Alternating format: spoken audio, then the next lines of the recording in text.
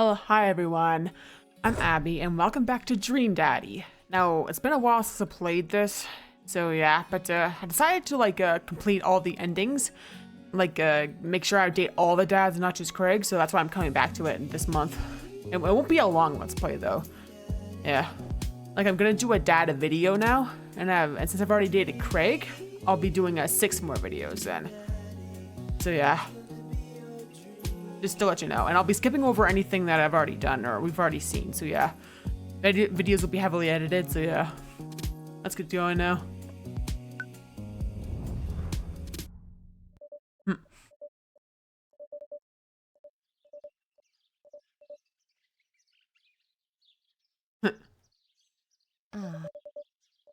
Oh.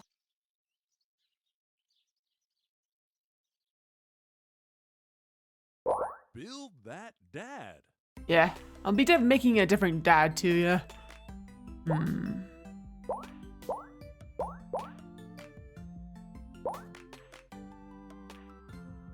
Yeah, let's see. Kinda like that.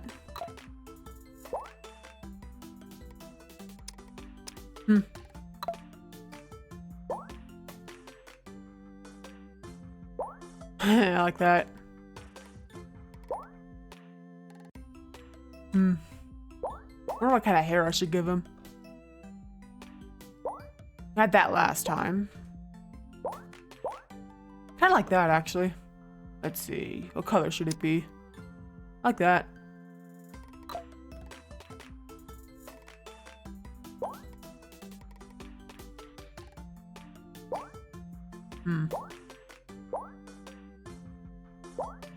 Let's see. Kind of like that.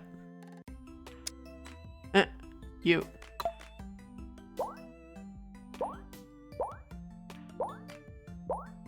Kind of like that.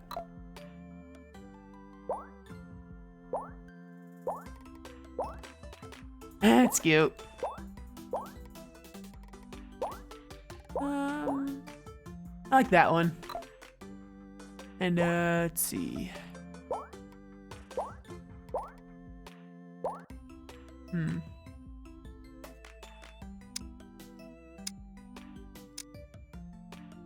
Yeah, it's cool. Kind of like the scar over the eyebrow, yeah.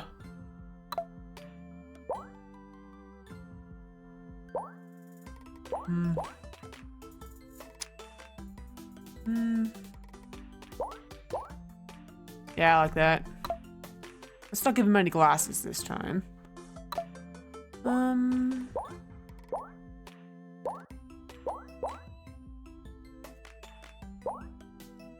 It's cool. Yeah. Let's see.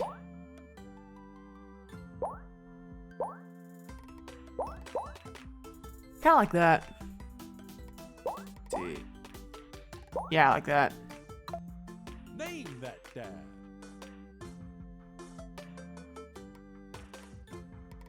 There we go. Be that dad.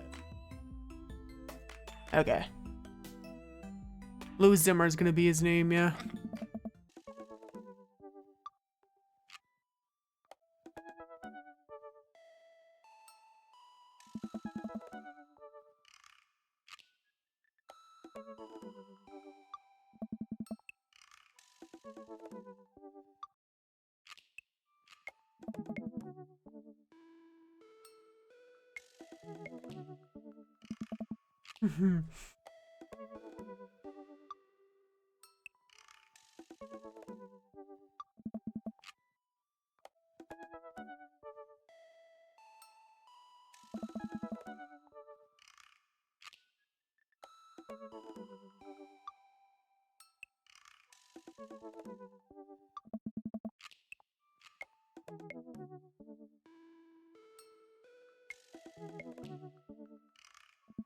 Huh.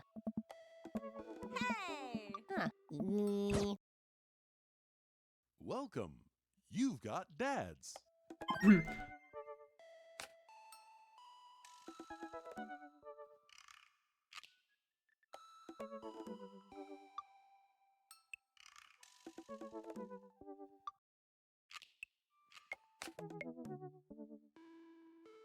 Okay, let's start dating Damien now.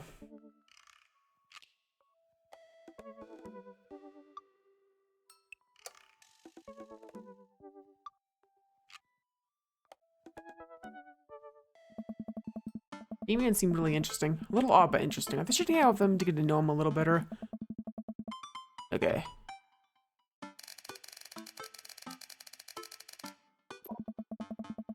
sit there for a minute before I see that Damien's typing.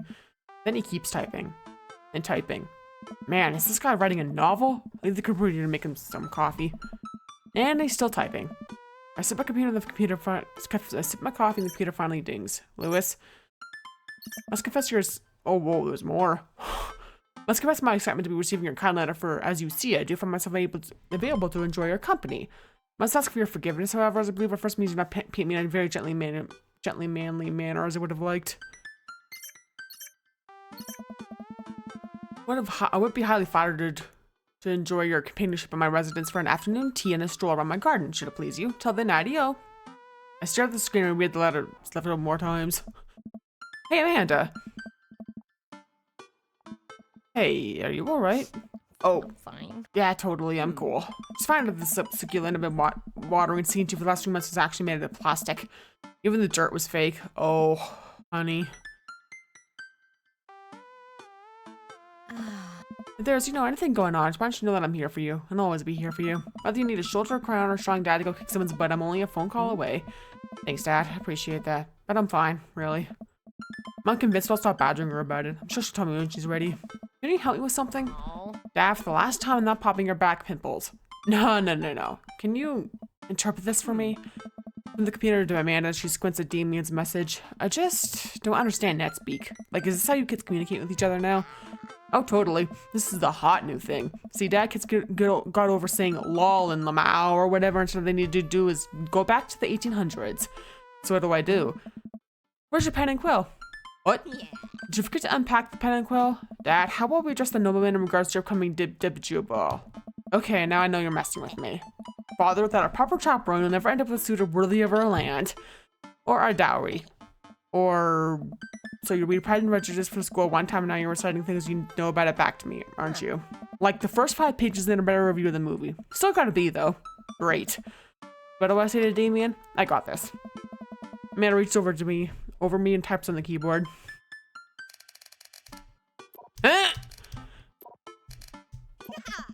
Amanda hits send and smiles at me. Well, I suppose that's that.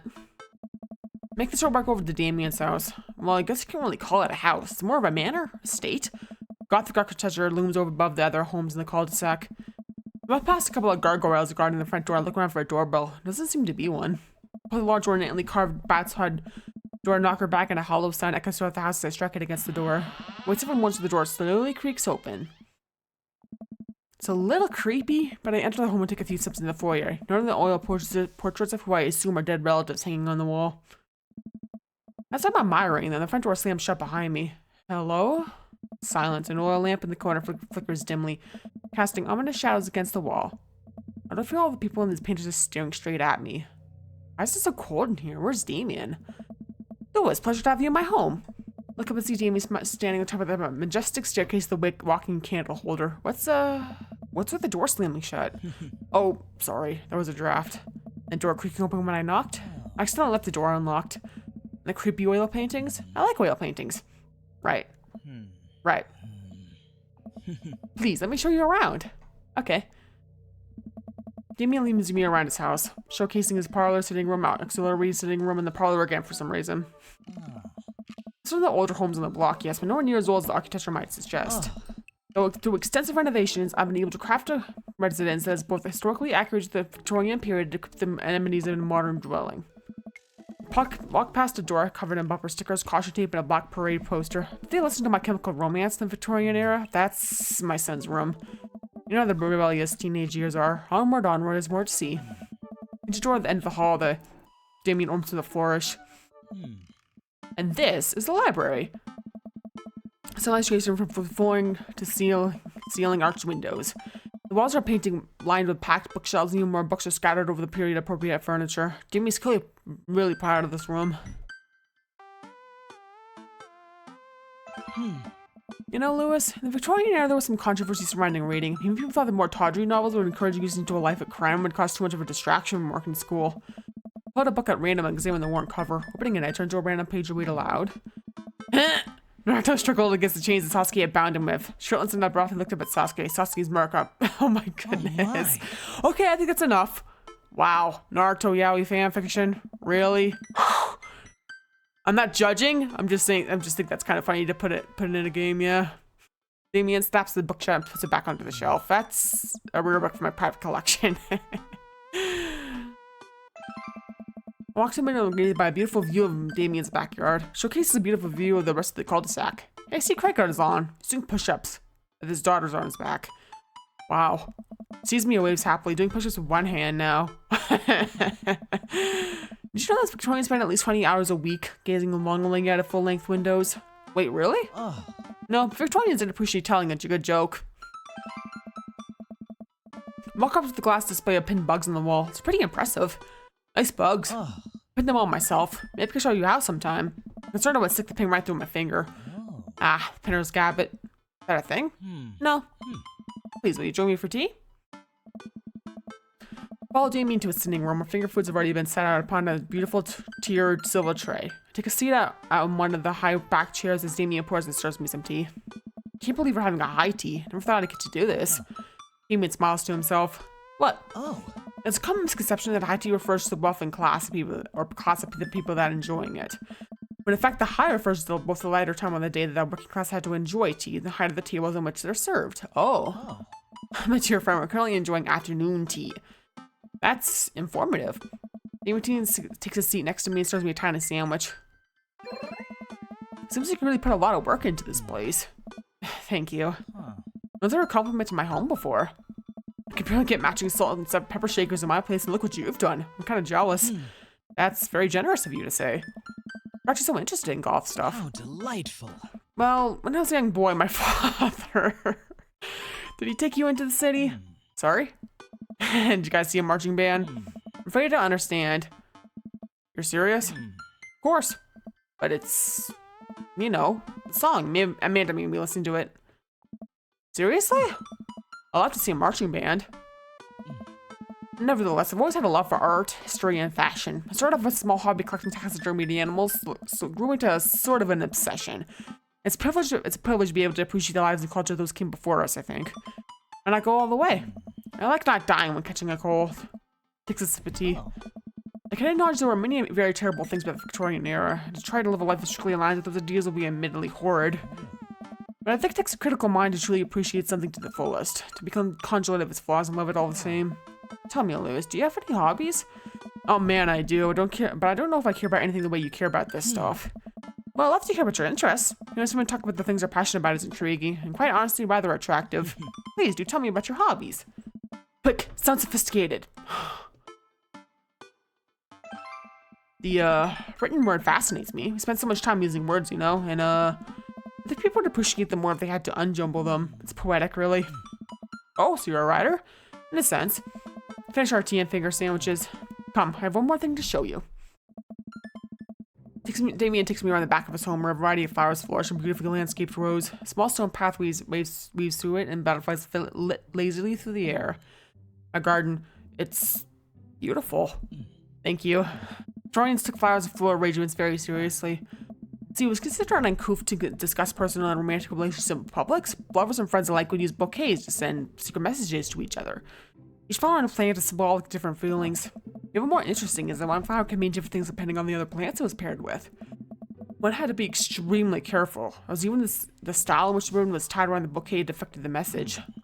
Damien leans down plucks a gorgeous bright orange flower off of a vine. Orange lily, what do you think this one means? Orange lily is actually symbolic of pure hatred. Well, that's precisely why photo arrangement is so challenging. What's your favorite type of flower? Because they're cute. You can do that thing where you squeeze them so it looks like they're talking. What a lovely choice. I remember that when I put together a bouquet for you. You put together a bouquet for me? Nobody's ever given me a bouquet before. While Damien down the path admire more of his beautiful flowers, suddenly a phone rings. Oh, Lewis, will you excuse me? I must take this. Pulls himself one out of his pocket. I'm a little surprised it's not a rotary phone. Go for it. Damien smiles on the backside of the house. I take a deep breath and enjoy the heavily perfumed air. What a lovely yard. Makes me wish I put a little more effort into that garden Amanda and I tried to start one time. A watermelons grew to the size of cherry tomatoes and immediately died. Oh, hey, a gargoyle. Oh no, I knocked over the gargoyle. Fix that guard. Oh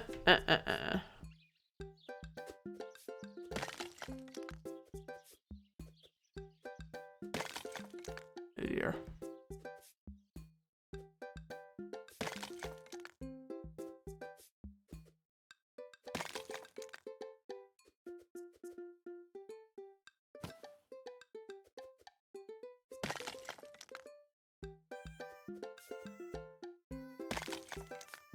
Let's see. Little mini game, yeah.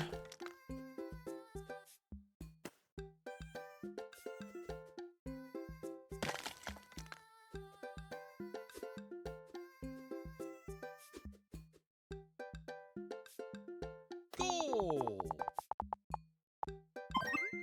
That's cool. 16 seconds to spare, too. Whew, that was a close one. Uh-oh, here comes Damien. He looks upset. Lewis, my sincerest apologies I've kept you waiting. There's an urgent matter I must attend to, so I'm afraid I must take my leave. No problem, dude. Everything alright? Damien wears the hem of his coat with his fingers and looks away. Everything is perfectly fine, but Solution. What's wrong? He appears to have... Well, his teacher needs me to come to the school, post-haste. Do you need help?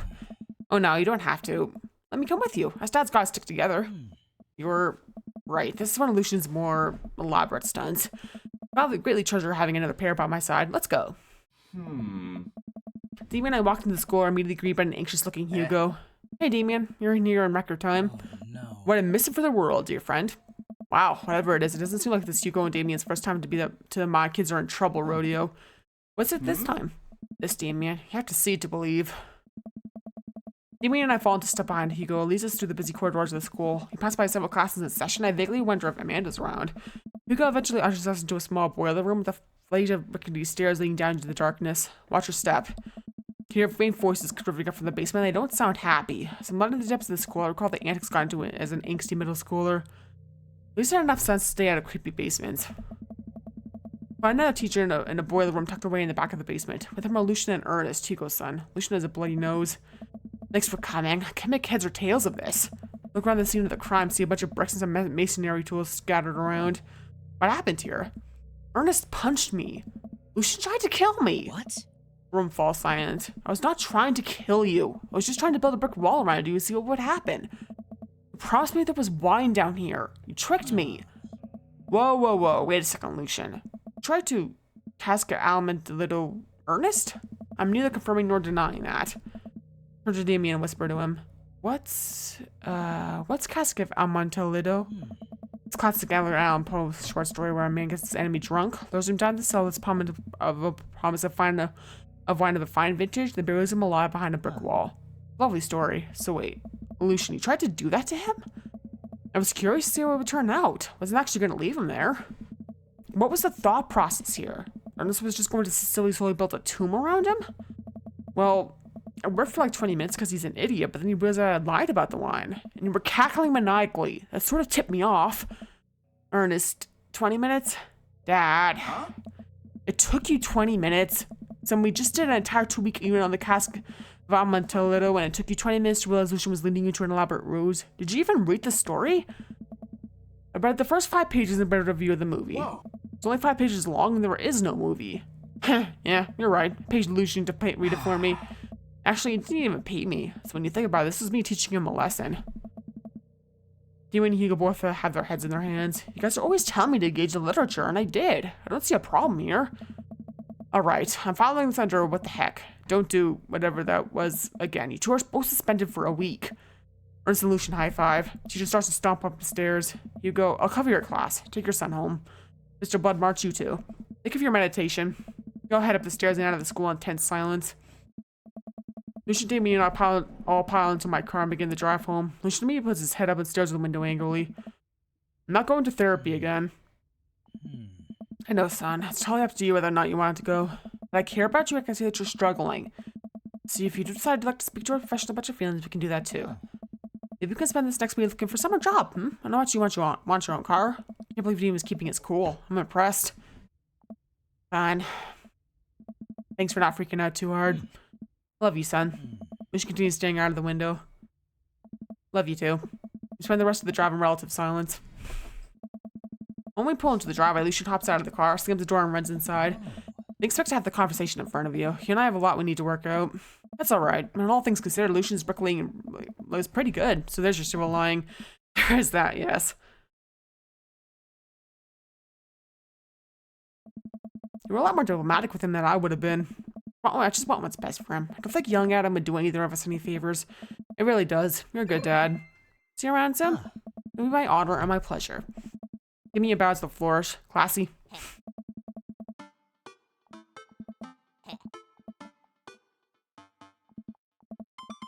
Huh?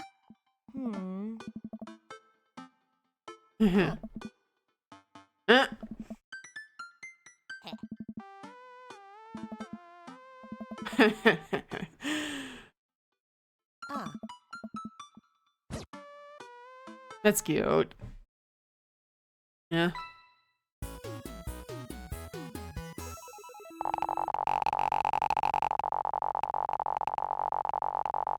Dang. Nice, My dear nice. friend, you've simply taken the egg on this one. Taken the egg is it's a, it's a Victorian phrase. It technically means winning, so, ultimately, you've won. I like that. That's cute.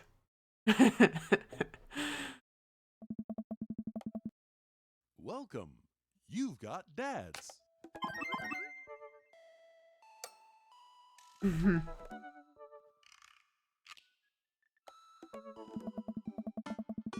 had a lot of fun hanging out with Damien the other day. Wonder what he's up to. Open up Dad book and start writing him a message when Amanda walks into the door. Dad, we got a letter. Oh, is it from Grandma? No, it's from Damien. Whoa, can I see it? Man hands me a piece full of parchment folded into an envelope sealed with purple wax. Dude goes all out. Prof the seal and unfold the letter, and the most beautiful calligraphy the letter reads. Dearest Louis, we find my continued correspondence endearing rather than trying. I can only hope that my use of the slower, more traditional form of communication will showcase my sincere and earnest sentiment that I greatly enjoyed our time together. I write this hastily under the warm embrace of excitement, fearful that I may misstep and walk towards something unwelcome. For now, I hope that you may forgive my boldness, while especially that our company has greatly occupied my thoughts. While the afternoon may have been derailed by forces unforeseen, your companionship helped a great deal, not only in the discipline of my child, but in the morale of my spirit. And for that, I thank you. That said, Louis, if you'll allow me, it would mean the world to me if I could enjoy more of your time. Perhaps a trip to the cinema followed by Moonlight Stroll would be to your taste. I eagerly await your response. With great respect, D. Bloodmarch. Amanda and I both look up from the letter. Wow. He's good. So you gonna catch a movie with him? Yeah, I better message him on Dad book and let him know. Amanda stayed with my laptop shut. You have to write him back. A real letter. But my handwriting looks like two toddlers fighting over a crayon. Same here. Dad, you have to. He wrote you a letter. That's so cool. Will you help me? I need to class this up. Father, I was made for this. Here's what you do. I take a sure the two of you will like, then enclose them in the letter. Oh, that's classy. Man and I hop onto my laptop and pursue showtimes. It doesn't seem like a romantic comedy type of guy. Oh, here's one. Vampire Crusade 2. Evil never dies. I don't know, it sounds kind of stupid. Actually, it's critically acclaimed exploration of the Inuit of existence. It really shows the vampire troop on its head. Really? Yeah, there's just lots of blood and vampire. Well, let's roll the dice. Purchase the tickets and print them out, then sit down on the table with a man and try drafting a nice letter. I start writing. Damien? Good one. What's next? Jeez, Dad, have some faith in yourself. Okay, we're trucking along. Let him know how you're feeling. Nice. I was going to hang out already. True art takes time, Amanda. Bring it on, Pops. Smooth. Calling the cinema is a classy move. Close, you find 2 tickets to Vampire Crusade 2 Evil Never Dies, so I'm sure you'll find both titillating and enjoyable. And I sign my name, my full name, fancier that way. Louis Zimmer. Is this okay? Amanda reads over my sloppy handwriting. At least it's a bit easier to read than handwriting, but yeah. Cute. That's cute. Spelled his name wrong. What? Nah, just trying to keep you on your toes. Now all you have to do is seal it and put it in his mailbox. Can you seal it with tape? That's not authentic enough. I have an idea. I'll be right back.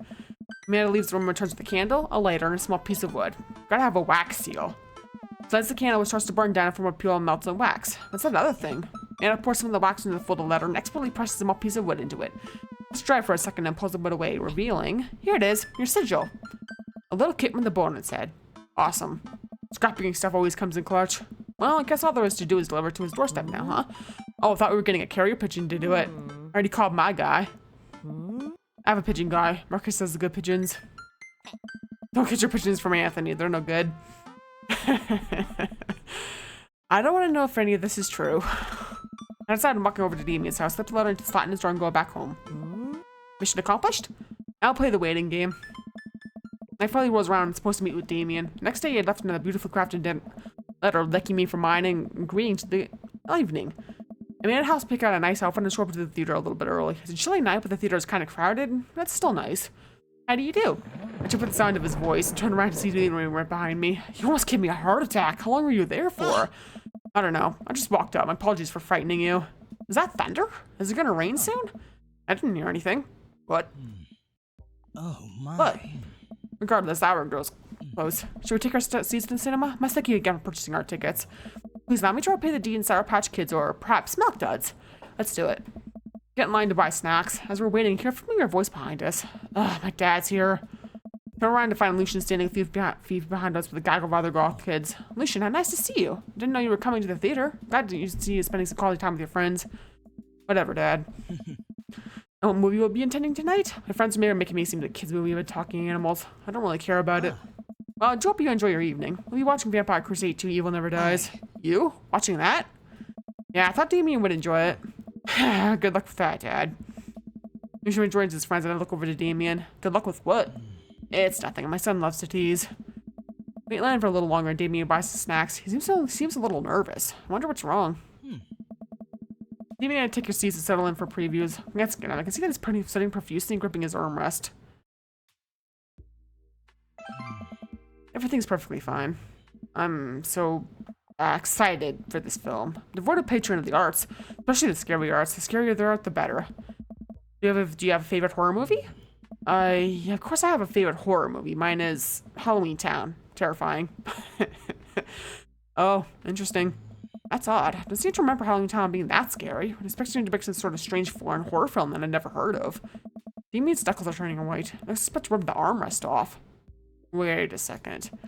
Damien, are you afraid of horror movies? What? You must be joking. I love horror movies. I stim for the film. Damien screams. I apologize. I was thinking about something far scarier than this movie, which is not scary at all. We settle in as the film starts off with Damien from the cushion he takes when I take a note about how much his hands are shaking. It flashes across the screen in bloody letters. Vampire Crusade 2 Evil Never Dies. Pamela, long silver hair, glittering red eyes, and well-oiled abs sits up in the coffin. Awaken my coven. Two more vampires lie at the tops of the stone coffins under the floor. Brother, is it time? Yes, husband, an awesome mortal enemy. It is time. We look at each other and then to the camera. For the Vampire Crusade. This rules. Trio of vampires flies off into the night as foreboding organ music plays in the distance. I somehow got lost in the movie. As dumb as it sounds, it's actually a pretty good fun flick. Gets a tense moment with the film where Romulus Trueblood sits at a truce meeting with the general of the human army, whose wife Romulus has fallen in love with. Romulus, it is good to finally meet you. General, I agree. It's good to finally blood you.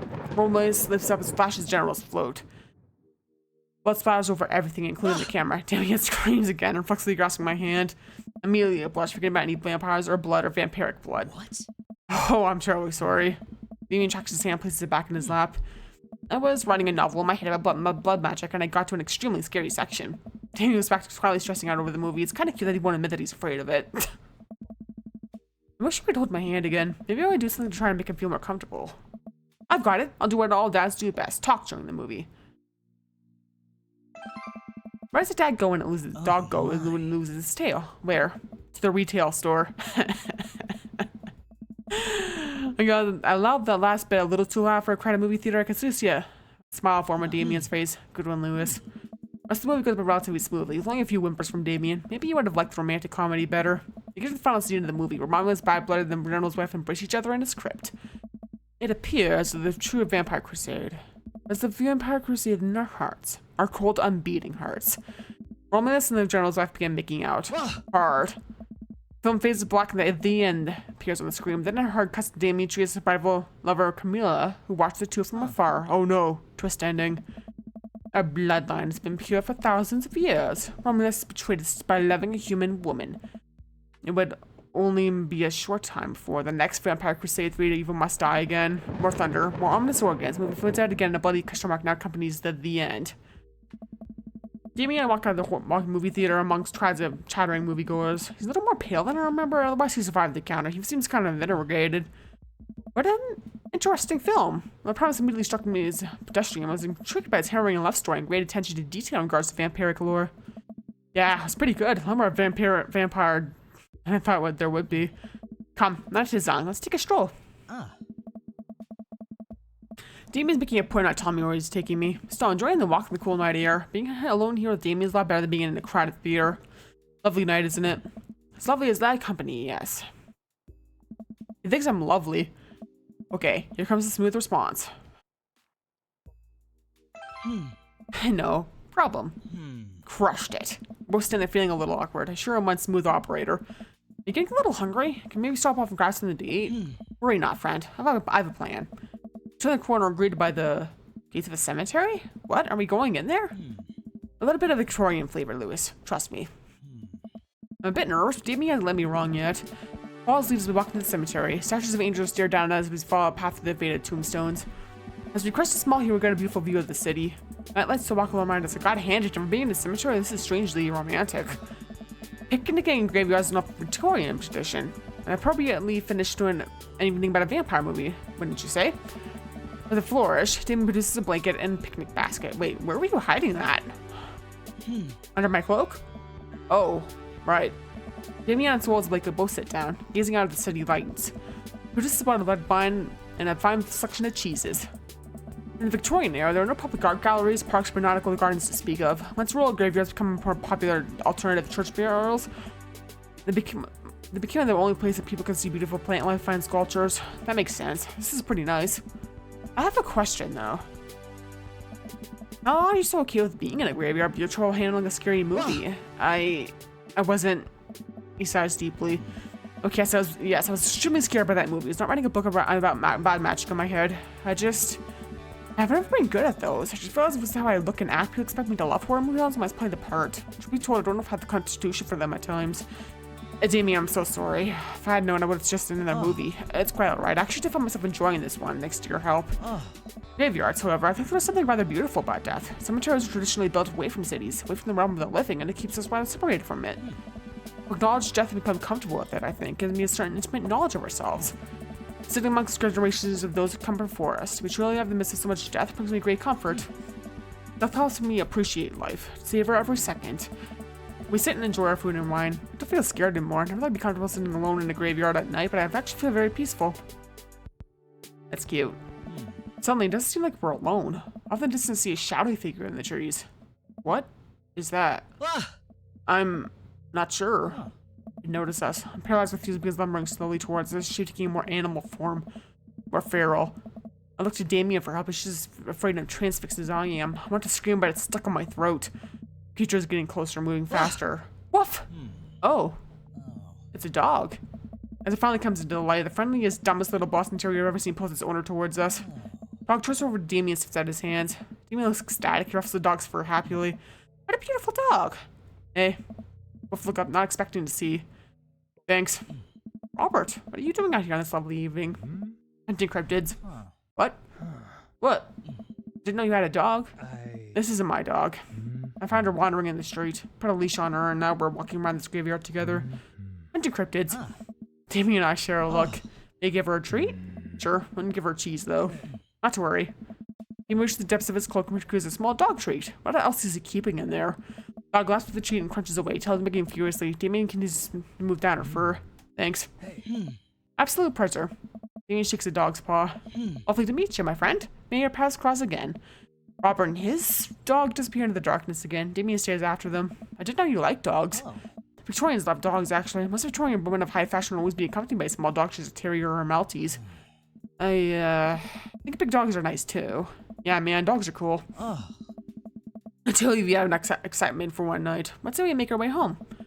Damien helps use fitting sense that can't help me up. Glad ticket is my knees on what they used to be. Picks up his picnic basket and leads us out of the graveyard.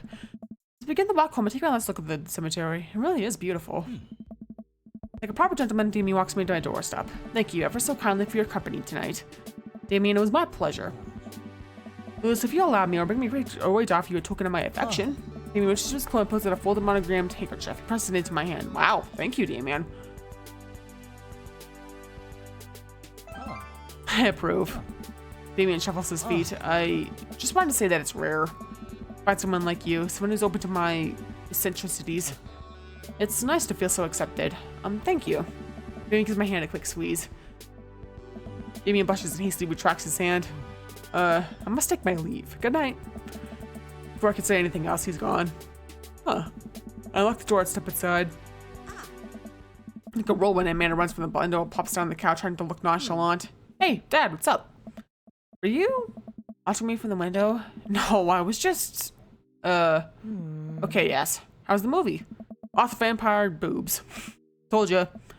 But as it turns out, Damien is wait, I mean, I just need to know that. I'll keep it between me and Damien. Scary cool. Yep, he's so cool, it's scary. I save Lewis. Did you know that graveyards used to be places to throw parties? I think I'm misremembering that. Wow, that's pretty punk. Also, we saw a dog. Definitely thought it was a werewolf for a minute, though. I can't be so sure it wasn't a werewolf. I can be so sure that I'm not a werewolf. How can I be so sure you're not a werewolf? Amanda's eyes narrow. I don't trust you. Nor I, you. You make it tense when we eye contact for a second. Anyway, I'm calling you for the night. Don't stay up too late, will ya? I'll try not to howl at the moon past midnight. That's so cute.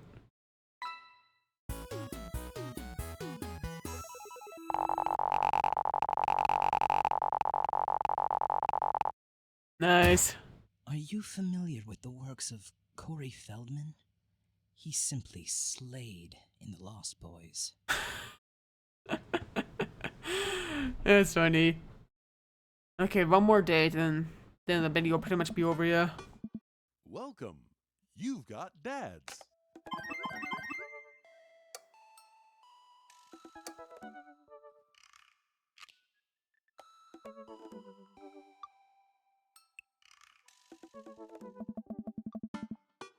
Ever since we got the picnic in the graveyard, Damien and I have been spending a lot of time together. We wrote nighttime strolls pretty regularly. I was so impressed with the first letter I wrote him that he insisted we only communicate by post instead of through dad book. Actually, he protested, but he gave me one of his old signatures to use as seal for my letters, and I just couldn't say no. Hanging out with the dog off dad again? Please, Amanda, you know his name. And yes, be honest with me here, Pops.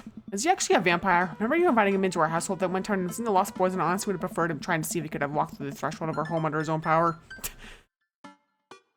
Yeah. Yes, Amanda. I've become Damien's familiar. I'm compelled under his curse. I'm sorry, sweetie. Turn into a bat. I don't think... What's the point of being a vampire if you can't turn into a bat? Oh, okay. I'm off. Are you taking the car or you are flying off into the night on the leather wings of bat? One of those. Well, I'm not. You can throw away the garlic breads in the freezer so I don't die. That would be great. I'm keeping it there as insurance. You understand, right? That's my girl. Damien and I walk along the water's edge, chatting. Damien's cape, I mean cloak. He hates it when people call it a cape. Damien's cloak more flutters around him in the breeze. It's gonna seem like a silly question, but why do Goths wear black? I think such culture has always been associated with death, so it makes sense that the styles surrounding it would be greatly influenced by mourning. Interestingly enough, though, is that in the Victorian era, Queen Victoria herself mourned the death of her late husband for 10 whole years. Wearing black for the rest of her life. If that's not Goth, I don't know what is. I have another question. Go ahead. How are you so comfortable with death? You mentioned the graveyard that helps you appreciate your life or something? I've experienced several losses over the course of my life, and I truly believe the only manageable way to cope with it is to accept that death is simply a part of living. It's a simple universal truth for every human who's ever lived. I'm going to die, you're going to die, life carries on without us. Doesn't that make you feel scared? Not at all. Without the advances in modern science, death was everywhere in the Victorian era, and yet funerals were major social functions. Victorians were obsessed with mementos of their loved ones, even going so far as to take elaborately staged photographs of their dead relatives. Yeah. The mantua of warning was so complex there were set periods of grieving that was deemed acceptable based on when your life had passed. Now, I don't have any of that. If you lose someone, you end up feeling lost yourself because you have no more than an equivalent of these formalities. We need to allow ourselves time to grieve, to feel that loss fully. We're not allowed to consume us. So no, I'm not afraid of death. I believe it is a waste to spend your life dreading the end of it. Time we have here is brief and fleeting and occasionally cruel, but it's at all times precious. To stare death in the face and live despite that, I think is a noble existence. Let's leave the mourning for the dead. Wow, that's beautiful. See the moonlight in the bay glint off of Damien's eyes. He smiles. We turn to the harbor and watch ships pass, breathing in the salty sea air. I look to Damien again and can't be entranced by his charm, his mystery. I find everything about him so fascinating. Leaning closer to Damien, closing my eyes as I do so. I'm so sorry I have to take this. Damien steps away from me to answer his phone. Oh no, but it's Lucian again. After speaking in hushed tones for a moment, Damien returns to me. Everything okay? There's an emergency. Lucian? No, thankfully, but I must take my leave. Oh, okay, is there anything I can do to help? Bad have to stick together, right? You know it. And then come, there's some time to waste. After a short drive in silence, I arrive at a rundown building on the outskirts of town. Where are we? It's better if I just show you. There's a surprisingly heavy door open, I found myself in a dimly lit waiting room. A few rickety chairs line the walls, and there doesn't seem to be anyone behind the front desk. There are a few paintings and pictures on the wall, but so nondescript, I'm still unsure what kind of place this even is. Wait here for a moment, I'll be right back. Damien walks off down the corridor, his boot heels echoing down the halls of the seemingly empty building. Distant howls echo for some place, and I can't see in. There's a faint scratching sound like claws on the tile. It must be a veterinary clinic, I'm guessing. I cautiously peek down the hall and find stall after stall of scared-looking dogs. A few of them notice me scared up to the paint-like fence, kicking the noises through dope stuff at the air. What have I gotten myself into? Suddenly, the light shut off. I panic, unsure of where I am or how I can get out. I stand with the darkness, my breathing getting heavier and heavier. Damien? Lights finally turn back on. Hey, sailor. Mary? What are you doing here? Weren't you here for the fight club? I don't want to get punched in the face. Right, because this is an animal shelter. Yeah. Oh, what? We take care of stray animals and then people adopt the stray animals. Didn't you see the pets when you walked in? Oh, sorry, I didn't really expect to see you volunteering in an animal shelter. Wow. Okay, kid, but if you put me in a box. James, you hear this baloney? Just one moment. Thunder cracks and a door bursts open. I'm peering from the shadows. I see Damien? Hey. It's Damien. He looks completely different. No cloak, no Victorian-era clothing, no makeup. I wasn't planning to show that side of me until much later, but not as goth as you think. I'm a systems administrator for the IT department of a realty company. I'm wearing tennis shoes to work and I listen to Bruce Springsteen. I enjoy going to the hardware store looking at storage solutions, and I volunteer at this animal shelter in my spare time. I'm boring. I'm fascinated with Victorian history and the goth lifestyle. That much is true. It's just all that I am. I need you to know that. Oh, I hate to kill the moment here, but there's some pressing business that needs attending to. What? Oh, right. It's Duchess Cordelia. Again? Who's Duchess Cordelia? She's running the pops. Gets out all the time. She somehow learned how to open doors, now she's unstoppable. When did she get out? This morning, I went to go sing she shanties to the cats, and when I came back, she'd already bolted. I have to stay here with the pets, so I need you two to go out and find her. Of course. Where'd she be? Give it a rest, buddy. Always ends up running off to the same places. Here, let me draw you a map. Mary starts scrambling on the back of a pet adoption form. She's very smart. Ruthless even. He's staying on her toes to get her back by sundown, or else she turns into a werewolf and starts eating people. What? You're a perfect little peach, Lewis. We just don't want her to be stuck outside when it's cold. Oh. I'll grab some trees so we can hit the road. You and I look over the map Mary created for us. Oh man, I'm Nerd's house? At least you're not in other Nerd's house. Looks like you're moving up in the pecking order. Congrats, kiddo. Where should we head first? Damien and I exit the parking lot and start driving towards town. I look over to him. He seems concerned. It shouldn't be too hard to find the Duchess, right? She's a pretty big pup. Mary wasn't kidding when she said that dog was smart. One time she correctly guessed the winner of the Duck and Derry. It was a really great year for bark, bark, bark. I don't know. What do you think our odds are, Lewis? Lo, look upon God's creation and much with horror, but he hath forsaken. Hell is empty and the devils are all here. Nice. Thought that would cheer you up. Let's just hope for the best. We got this.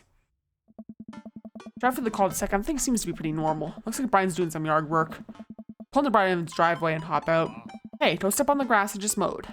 Have you seen any unusual activity in the area today? Aside from your underwater lawn? Oh, here we go. How dare you? I took my lawn care very seriously. Louis, please. You haven't seen a dog run through here, have you? Well, a little while ago I heard Maxwell barking at something. I came outside my garden and it torn to shreds. It's going to take forever to retill the soil. Could be a dog, or rather feisty raccoon. Whatever it was, it must have been hungry. Ate all my tomatoes. Very sorry to hear about your garden. If you need assistance restoring it to its former glory, please don't hesitate to contact me. I'll do, buddy. Good luck finding that dog. It's probably still hungry. Wonder if she's looking for more food elsewhere.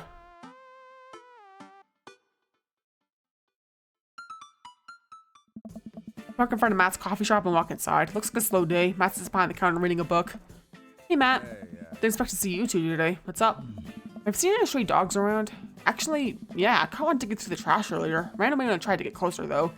Did you see what direction I ran in? Matt thinks for a second. I'd have been running east, I think. Perhaps tore through the 3 pans of old right side banana bread. I'll take some for the road just in case. Sure thing. Matt packages up a slice. Thanks for the slice, the road slice. Banana bread is gonna be so good. I think I meant to give it to you for the dog. Right. I meant, it's gonna be so good for the dog to eat. I feel like we're on the right track, you think? If we keep this up, we'll find the Duchess in no time. Hey, if you like dogs so much, why don't you have any? Lucian is severely allergic. I want to put him through that. There are still dogs in my life, so for that I'm grateful. There's about to be one more dog in your life, buddy. Splendid attitude. Let's not waste any more time. Verily.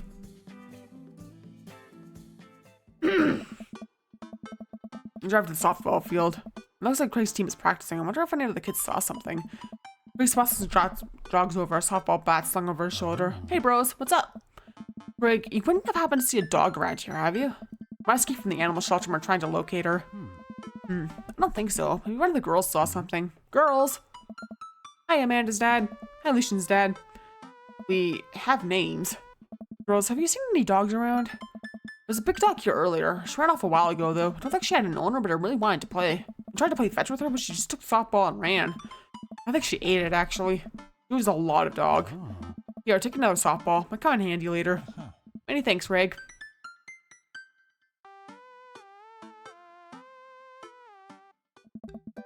We're back at the Bayside.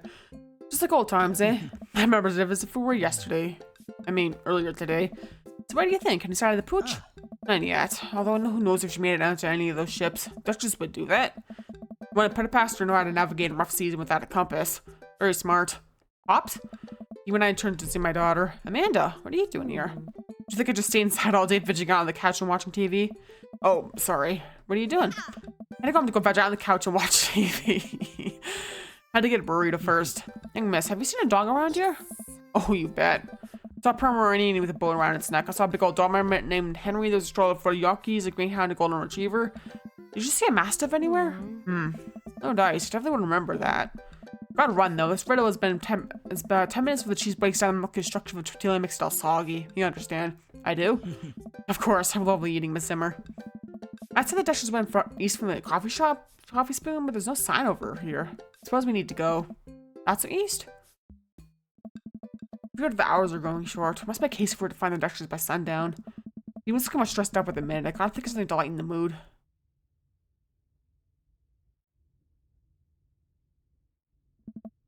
I don't know. How many? 1. Goths are very capable, especially when looking for a dog. Damien smiles to himself. I keep reading Damien directions with the map as you drive around town. That's nice. Damien and I stop by the aquarium. If everything's in order here, I might help it to get out of the car and take a look. You see anything? No dog here. Not even a sign of her. Did you know the penguins are considered the Goths of the sea? Damien, I want to believe you so badly. Eh. Whenever the call is active, find everything looking normal except, Yuka's front door is wide open. She can open doors. It's classic Duchess Cordelia. Telltale sign. I should approach with caution. Whatever goes down in there, I've got your back. Creep up onto the porch and step inside. They are standing in the center of Hugo's living room like she owns the place. She's one of the biggest dogs I've ever seen. Woof. Well, she hasn't broken anything in here. Yeah. Oh. Wonderful. All we have to do is get this leash on her before she tries to escape again and get out of here before Hugo comes home. Easy peasy. Duchess, come here. Duchess eyes Damien merely as he approaches and begins to growl. He's on her guard. We'll need another plan. Reaches my pocket about the sliced white side banana bread Matt gave me. Duchess sifts the air, hones in on the bread. Come here, girl. Nice and easy. Got some yummy homemade vegan and possibly gluten-free banana bread if that's what you're into. Duchess cautiously approaches me, gives the bread a good sniff, rejecting it, gently taking it from my hand, dropping it on the ground. Like dogs always do for some reason. She goes up and starts munching on the bread. Success. Damien looks behind the Duchess and attaches the leash to her collar. She immediately notices and starts whining. It's time to go home now, Duchess. Damien gives a tug on the leash. She won't move. Duchess, what happened to our rapport? You and I used to go be bosom buddies. She still doesn't move. She's here, there's no way we can even try to lift her. Oh, this is a weird situation to be in. I think we're literally trespassing in our friend's house with this large dog. What are you nerds doing? Ernest stands in the door with the plate of pizza rolls. I'm definitely telling you to go about this. Hey man, be cool. I am cool. Cool enough to not tell your dad? You're good. Duchess notices Ernest starts pulling against the leash. Why is this dog in my house? It's a long. Duchess suddenly breaks free from Damien's grip and hurtles towards Ernest. Ah!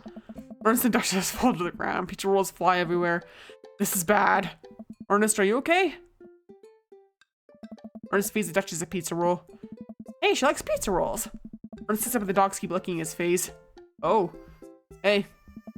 He goes stands at the door, looking at a loss for words. Why are you guys? Whose dog is this? It's a long story, but it involves a large dog who knows how to open doors. Woof. Hugo, may I present to you Duchess Cordelia? How do you do? Worf. We're friends. Duchess looks at Ernest's face. She's from the local animal shelter. She got out and been chasing her all around town. Gosh, was a fun to stop. That can we keep her? So I don't know if we're set up to take care of her. Wait, did you just call me Dad? Come on, please. Look how cute she is. Hugo sighs. I've been talking about adopting a dog for a while, but you have to promise me you'll take good care of her. Yeah, I'll take care of her all the pizza rolls her little heart desires. Just remember what's on the back of this map. Pull a pen out of my pocket. Got the forms ready for you if you're interested. I'll even waive the adoption fee since, you know, it technically broke into your household. Hey. Well, alright, it's a deal.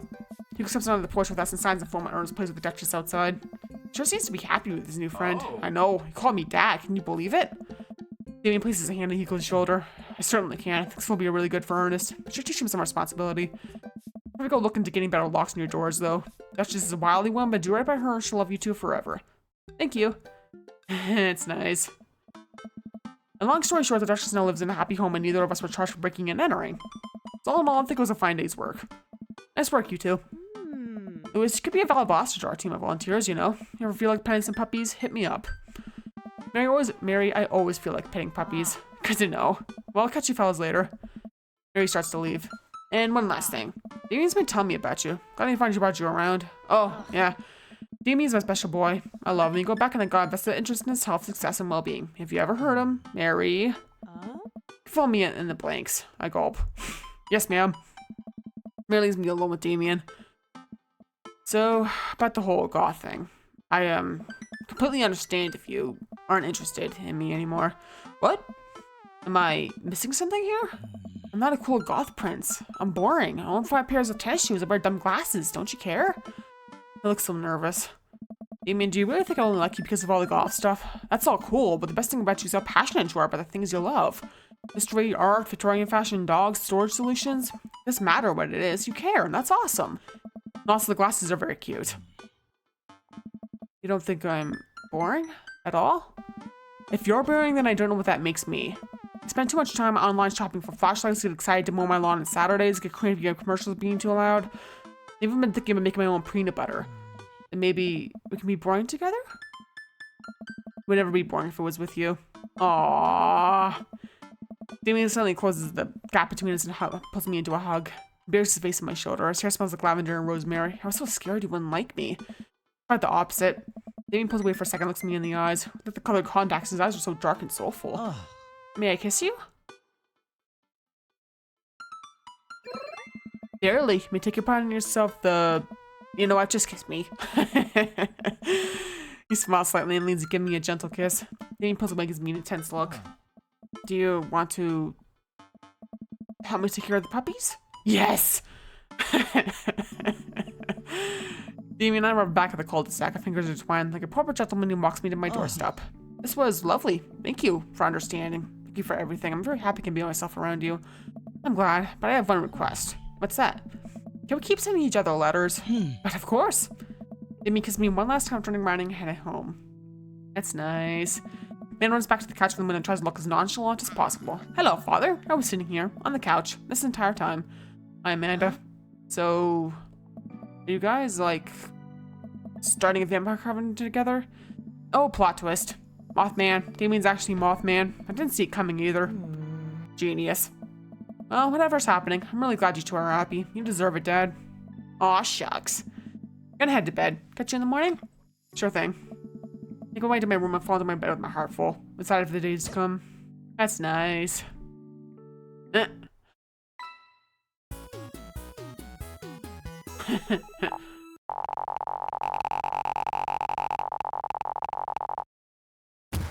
I'm Nice. sensing a romance between us. A chemical romance. What? That's a band? That's really cute. You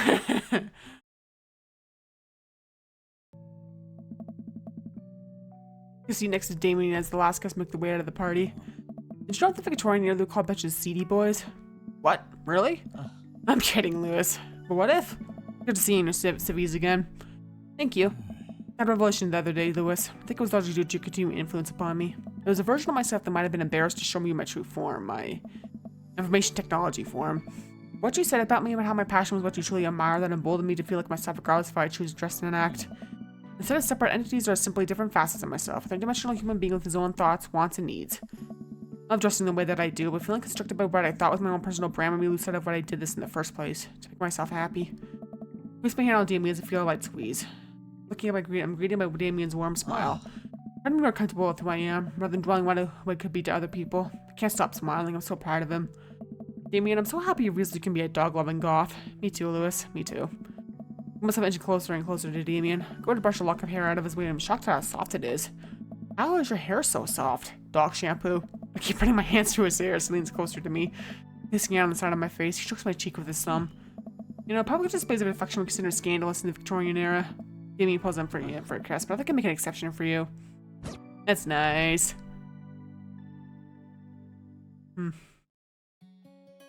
Yeah.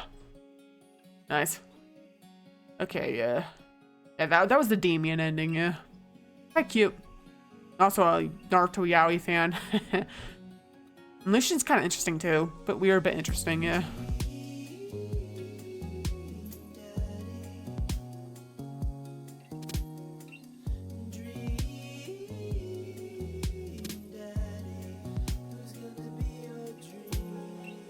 Yeah.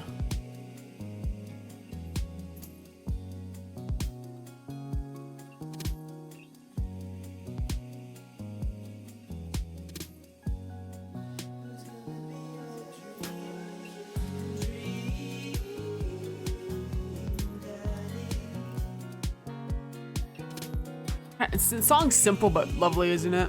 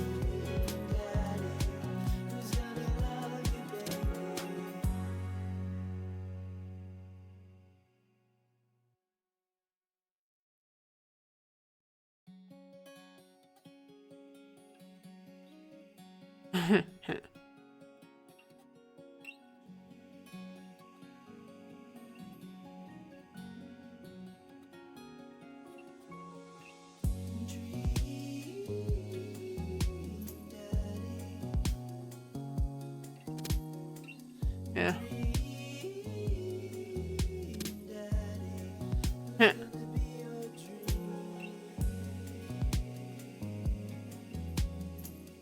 The song really is lovely. The lyrics are simplistic, but yeah.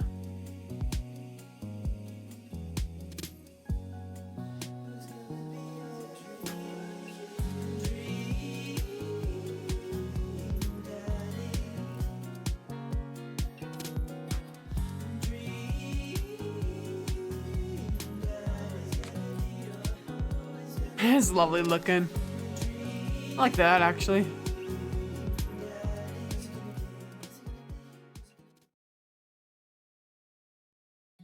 Okay, yeah. That's the end of this video. Remember, there'll be 5 more after this. So yeah, thanks for watching. Feel free to like and comment and subscribe. Check out my YouTube and Ko-Fi, my Twitch channel and Ko-Fi and Twitter/X. And next episode, we'll be going after Joseph, who I think is the blonde youth pastor. I think that's the one, yeah. Oh, cool. The title changes depending on which dad's ending you get. Just notice that. That's cool. So anyways, look forward to that. Peace off.